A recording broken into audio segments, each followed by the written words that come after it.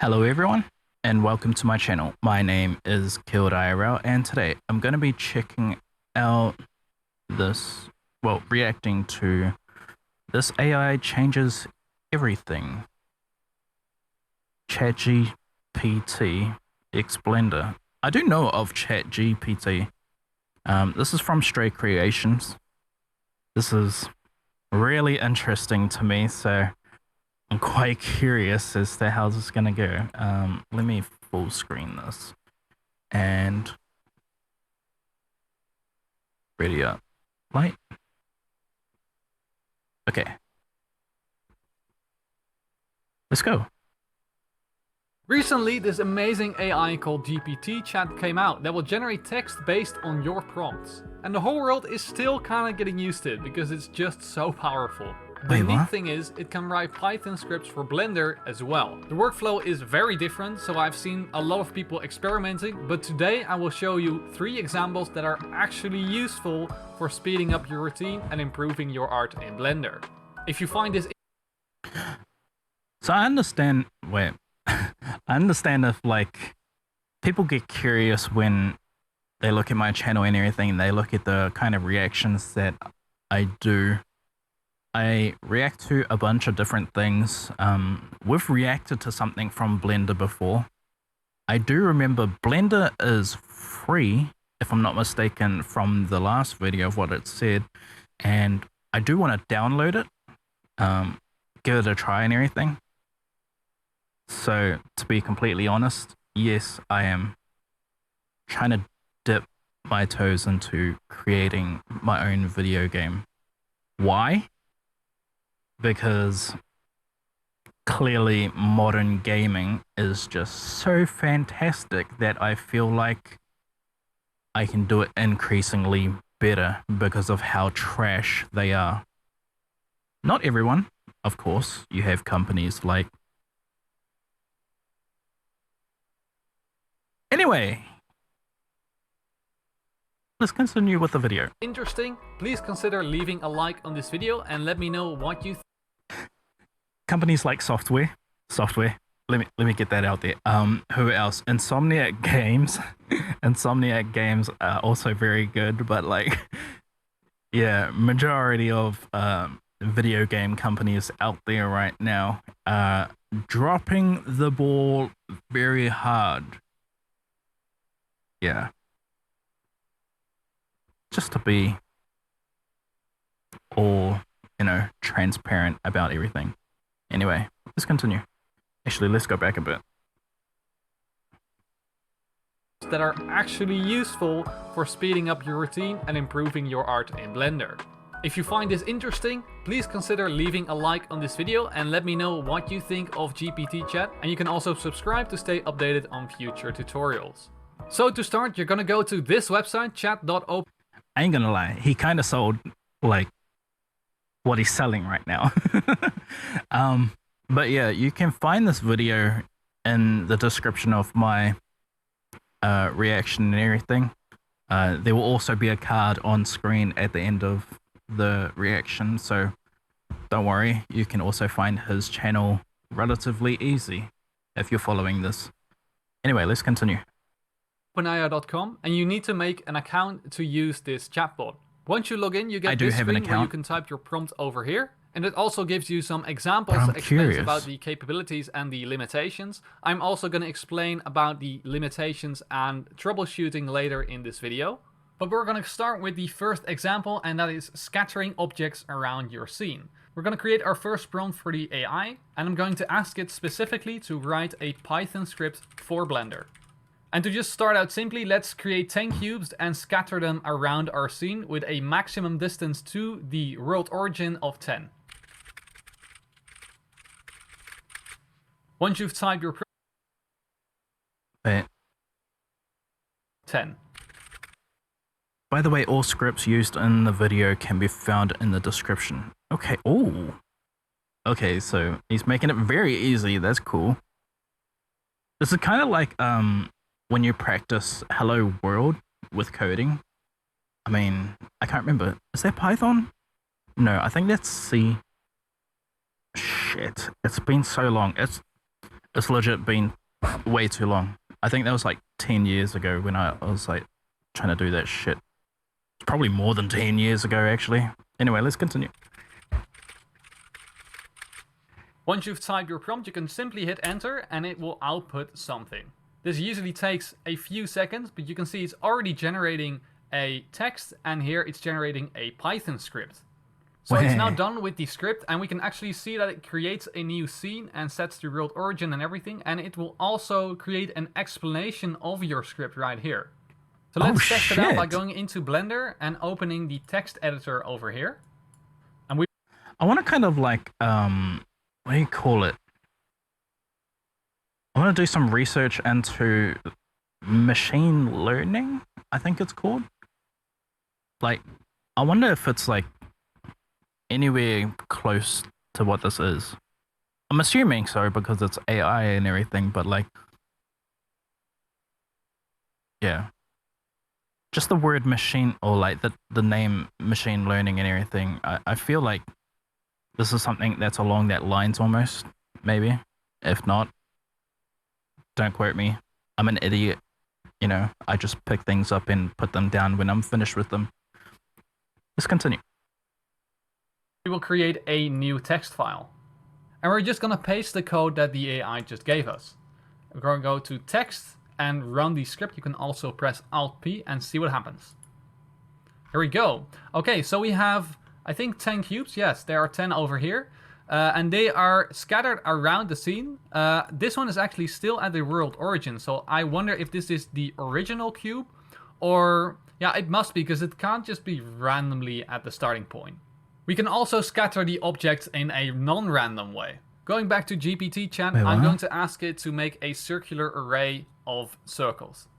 Again, we're going to ask it to write a Python script in Blender to do this.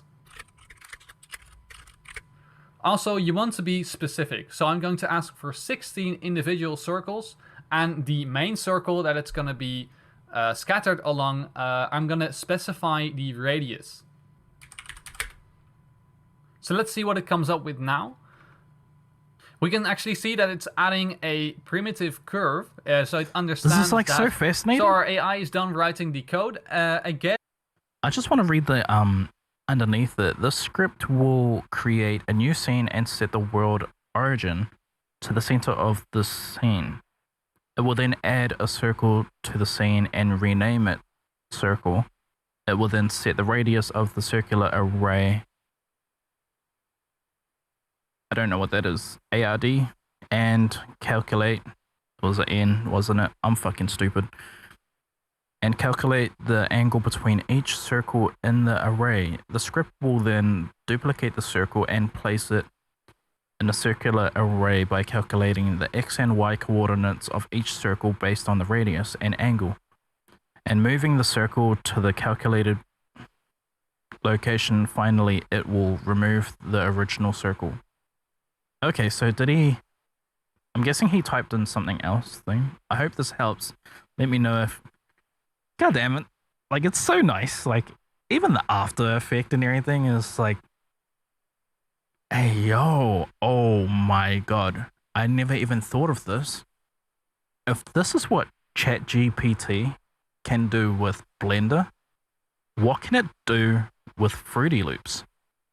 Obviously, there's no Python coding and everything, but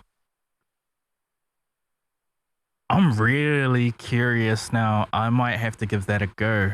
Obviously, like, if I find a way of how that, like, actually, like, works and everything, I will, without a doubt, definitely make a YouTube video on it. Like, it sounds cool.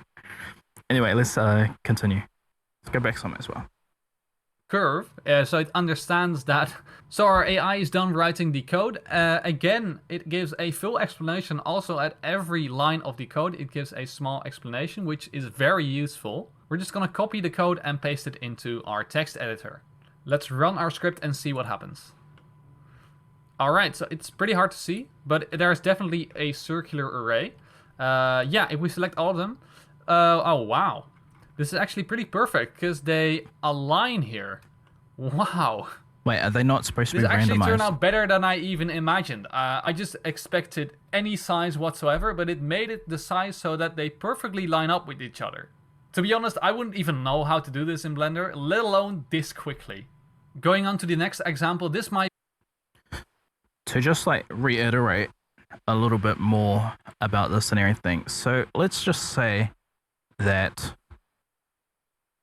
with the way how this is all being planned out, now that you have a perfect circular kind of like kind of just like outline and everything, if you were to match all of this up and just like delete 2 circles in amongst each of them, you can literally turn all the circles that like remain as to like some kind of pillars for, you know, a gazebo and everything, and it'll be like symmetrical, obviously. It's just like, you know, like this cuts a lot of work. Like this cuts the time on a lot of like processing and everything. You know, if you were to do this by hand, this just saved you, I don't know, like however much. Yeah, I don't know how much time it saved you, but especially for someone like me who's new to like who's gonna be new to like using this program and everything, this is gonna be, oh my god, I'm so sorry, I like left it on like a really fucked up face, my bad. But like, you know what I mean? Like, yeah, it's just like this cuts down a lot of time and everything, so I don't have to waste trying to get things right because it's already done right and everything. Like, this is very good. This is very good. This in Blender, let alone this quickly. Going on to the next example, this might be the most useful use case for GPT chat, and that is bulk actions. So let's say we've imported this character, but we can see every object has a different material, even though some objects have the same color. Where there are only 4 colors in this character, but there are a bunch of materials. This can happen sometimes when you switch objects between programs, or especially when you import a bunch of vector graphics. This is a prime example where GPT chat can save us hours of time. Going back to our GPT chat window, I'm going to ask the AI to look through all the materials and see which materials have the same hex color value in their base color. If it has the same hex value, it means it's the same color. And then I'll ask it to combine those duplicate materials into one combined material and then apply that material to the objects. Alright, the script is done, and it says the script will iterate over every material and get the base color of the material, and then convert it to a hex string and create a dictionary out of it. Next time it finds a material, it checks if it's already in the dictionary, and if yes, it will add it to the list of materials with the same color. And if it's not, it will create a new entry in the dictionary with a different color. Then the script will iterate over all those colors and see if there are colors with multiple materials. If yes, it will create a combined material, so a new material, and then apply that to the objects. So let's go back to our text editor and just paste our script here and run this and see what it does. I just want to be completely honest before we like move on and everything. I struggled with what he just said just then. I did not catch everything. In fact, I don't think I caught anything of what he just said. Like, oh my god. So, I suppose like when this actually works and everything, it'll be like, oh, actually, I'm probably not gonna get any like, what do you call that? Fuck it, let's just move on. Any, oh my god, that word is literally on the tip of my brain. Why am I thinking A? It starts with M. Why am I thinking amphetamines? It's not that. It's stupid. Let's move on. Apply that to the objects. So let's go back to our text editor and just paste our script here and run this and see what it does. Okay. Error. So we can see that it tries to delete all the materials at the very end and something is going wrong. Function material is expected a material type not list. I guess it's going wrong because it's trying to make a list called materials, but maybe that term is already taken somewhere else. So we're just gonna get rid of that last sentence. Nevertheless, if we now go to our object, we can see that it has the correctly combined materials. So all these objects with the same color now have a combined material. So we don't have to go through every object and select our material right here, because that saves a lot of time. So for the last portion of this video, I want to get creative. I want to ask the AI to actually generate a mesh for us. And one thing that's pretty complicated to generate normally in Blender is a fractal. So we're going to create a Mandelbrot set. And once again, it's as simple as creating a specific prompt for GPT chat. Once again, he's speaking English and everything, but I'm hearing fucking Latin. I have no idea what he just said. It's as simple as creating a specific prompt for GPT chat. I've been experimenting with creating fractals using GPT chat, and it's a hit or miss situation. Sometimes it works, sometimes it doesn't. I haven't managed to create an actual 3D fractal yet, but I have managed to create this 2D fractal. Trying to get it to actually create a mesh itself, it seems to have a lot of trouble with that. You'd have to try this in the future though, because this chatbot is constantly being updated. So what I'm gonna do is I'm gonna create a fractal using a point cloud. It's similar to the method from Bad Normals and his whole fractal machine add-on. So it's not like there's no other way to create them, but it's just really cool to see how simple it is. So I'm once again asking it to create a Python script for Blender. I'm going to ask it to make a Mandelbrot set out of points that is 1 layer thick. I'm also asking it to convert points to vertices so we can instantly see what the shape looks like.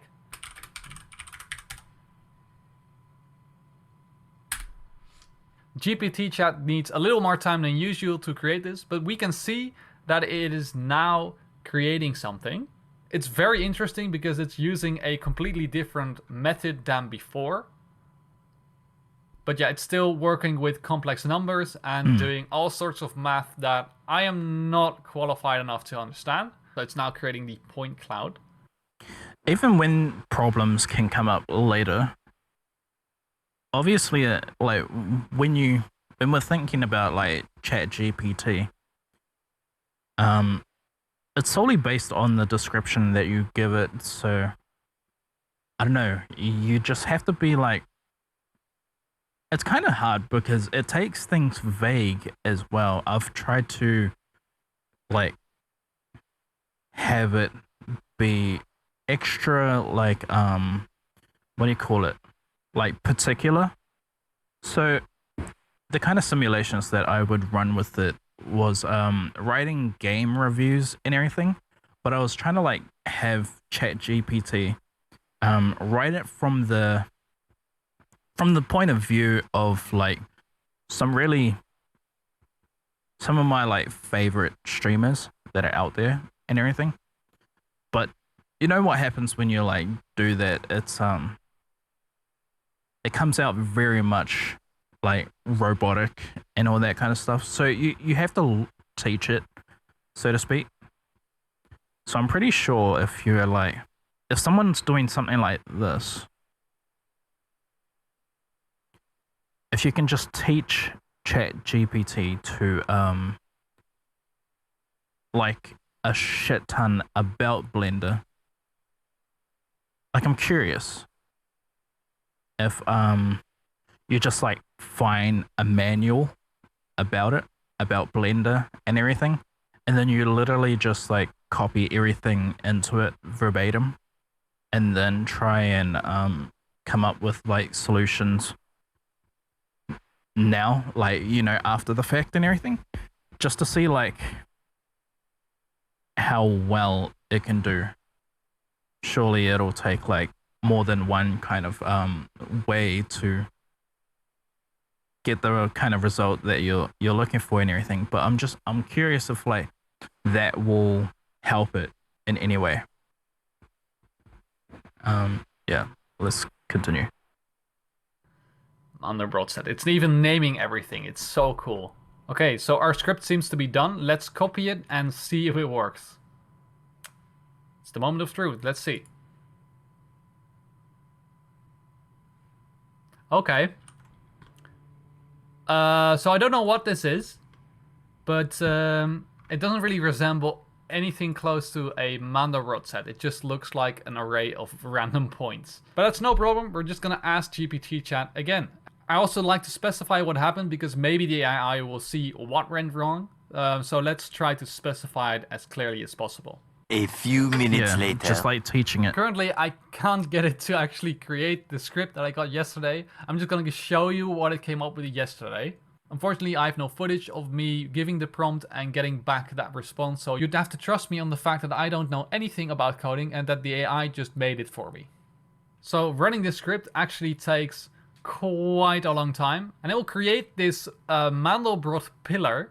It's actually a 3D shape, but it's just a bunch of 2D Mandelbrot slices stacked on top of each other. You can definitely change the script so it outputs one slice, but I just deleted every slice but one. We're going to quickly hop into geometry nodes and actually make something cool out of this. So a quick way to make this look interesting is just instancing cubes on every point. We're going to grab a instance on points node and just add them right here. And then we're going to... I'm curious. Like, it's made out of cubes and everything. Let me go back. Instance on points. So it's made out of cubes and everything. Like, I can't believe that your computer can kind of like, you know, capture each and every cube when you think about it and like trying to put it into like this kind of scale and everything. Is there a way, I know this is Blender, but like, is there a way where you can like mesh all of the cubes together so that it becomes one single asset? Like, I think that that might be what he's going to be moving on to right now and everything. But if so, well then obviously I do think that I can use this in some form of way. Yeah, I think I can. Also, I do remember seeing not so long ago, actually, I need to find a video on that, but there is, what's it called? There was a video that the title I had seen, surely I have it saved somewhere, but there was an AI that was creating assets. I don't know, I need to find that video. I need to check out that video as well. Let's continue. Node. And just add them right here. And then we're going to create a cube as well. And set the size to 0.01. And let's just connect this to our mesh. And yeah, we have this pretty nice looking grid. Obviously, this is just a static mesh. It doesn't grow or anything. If you want to change the parameters, you'd have to generate a new one. Over here, I have this Mandelbulb as well. We can quickly give it the geometry nodes group. Yeah, there we go. Of course, we can also use these points to create a mesh. Let's again create a new geometry nodes group. And let's add a mesh to points node, because these are actually vertices and not points. Pulling them all into the same thing. Okay, so that was what that was before. And let's just play around with these settings a little bit. The radius is way too high. The fact that you can do that, I think I can use this, like with projects and everything. I feel like this still cuts down on a fair bit of time, maybe.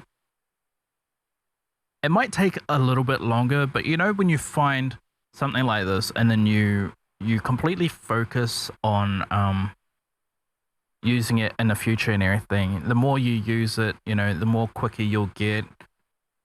And yeah, more time you'll save and everything, like overall.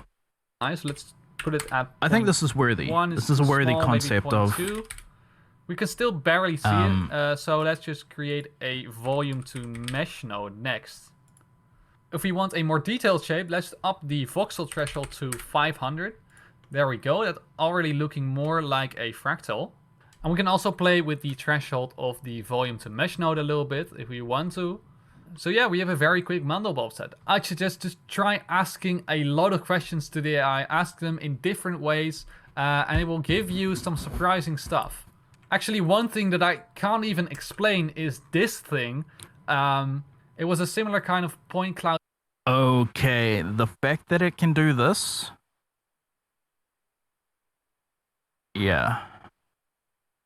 There may be something like...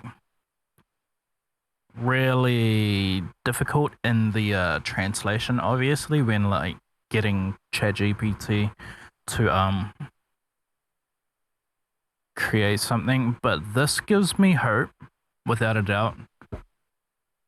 This is practically nothing, but once again, because it has height and it has like curvature and everything, you know, it's very abnormal. Like, I think something like that is possible. Obviously, you can like turn this to like the inside of someone's knee. Kind of pointless and everything, because when you're talking about what's it called? Wait, actually, maybe not so pointless.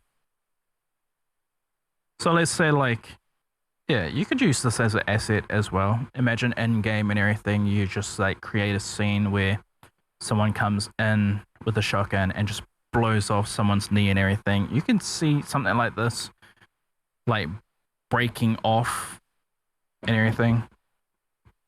I think, yeah, this can be used in some form of way. Set up and then change it into a mesh. But like, what is even going on here?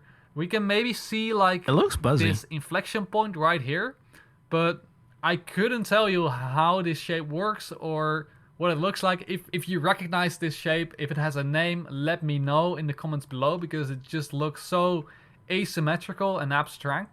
And yeah, the AI just generated this. It generated a point cloud, and then I just did the same pretty cool. as we did before with the Mandelbrot set. Just converted it to a mesh. And yeah, pretty neat. Couldn't have made this myself for sure. So yeah, that concludes our introduction to GPT chat. It has some very interesting use cases. Let me know in the comments, what is the craziest response you got from GPT chat? I would love to know. Without further ado, I'll catch you next time. Leave a like on this video if you find it interesting, and subscribe for future tutorials. They're building something here. It's been a f***ing hell to actually make this video, but I'll see you next time. Bye bye. I know the feeling and everything, but yeah. Hello humans, my name is Ken, your AI overlord, and happy new year everybody.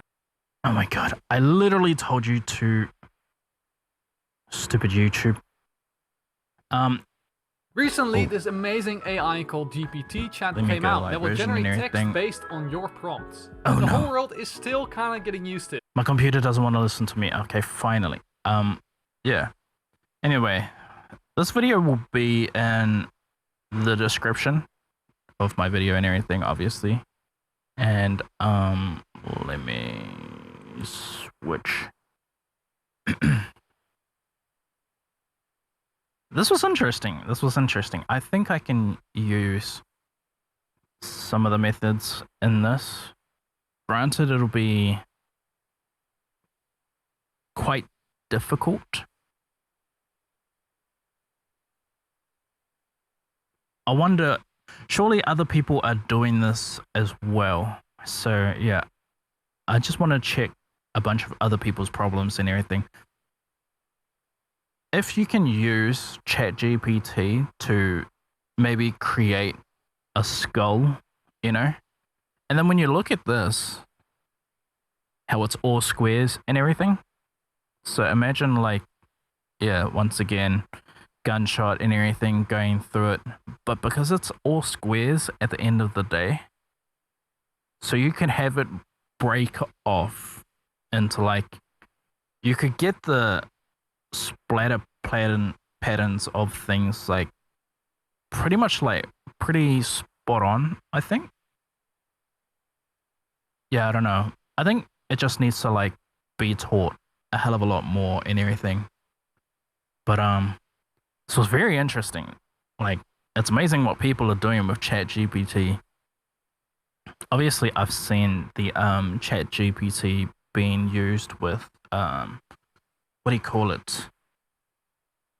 Bannerlords and everything. Bannerlords, they had it to where someone wrote the lifestyle and everything of every NPC in the game, and so you could have a conversation with every NPC with the game, and it was actually ChatGPT that you were talking to, but since it has all the knowledge of the NPC. You know, it feels like very much like you're talking to the actual NPC instead of, yeah. Obviously, it wasn't too perfect, but it was very much spot on. Yeah, obviously, like if I was to try something like that, I would go out of my way to completely break its reality each and every time, you know? Just like dickhead behavior and everything. But anyway, that's gonna be my reaction. And yeah, you can check out this video in the description. Also, it'll be on screen, pretty much. What I mean is like a card on screen. But yeah. Thank you for watching. Goodbye.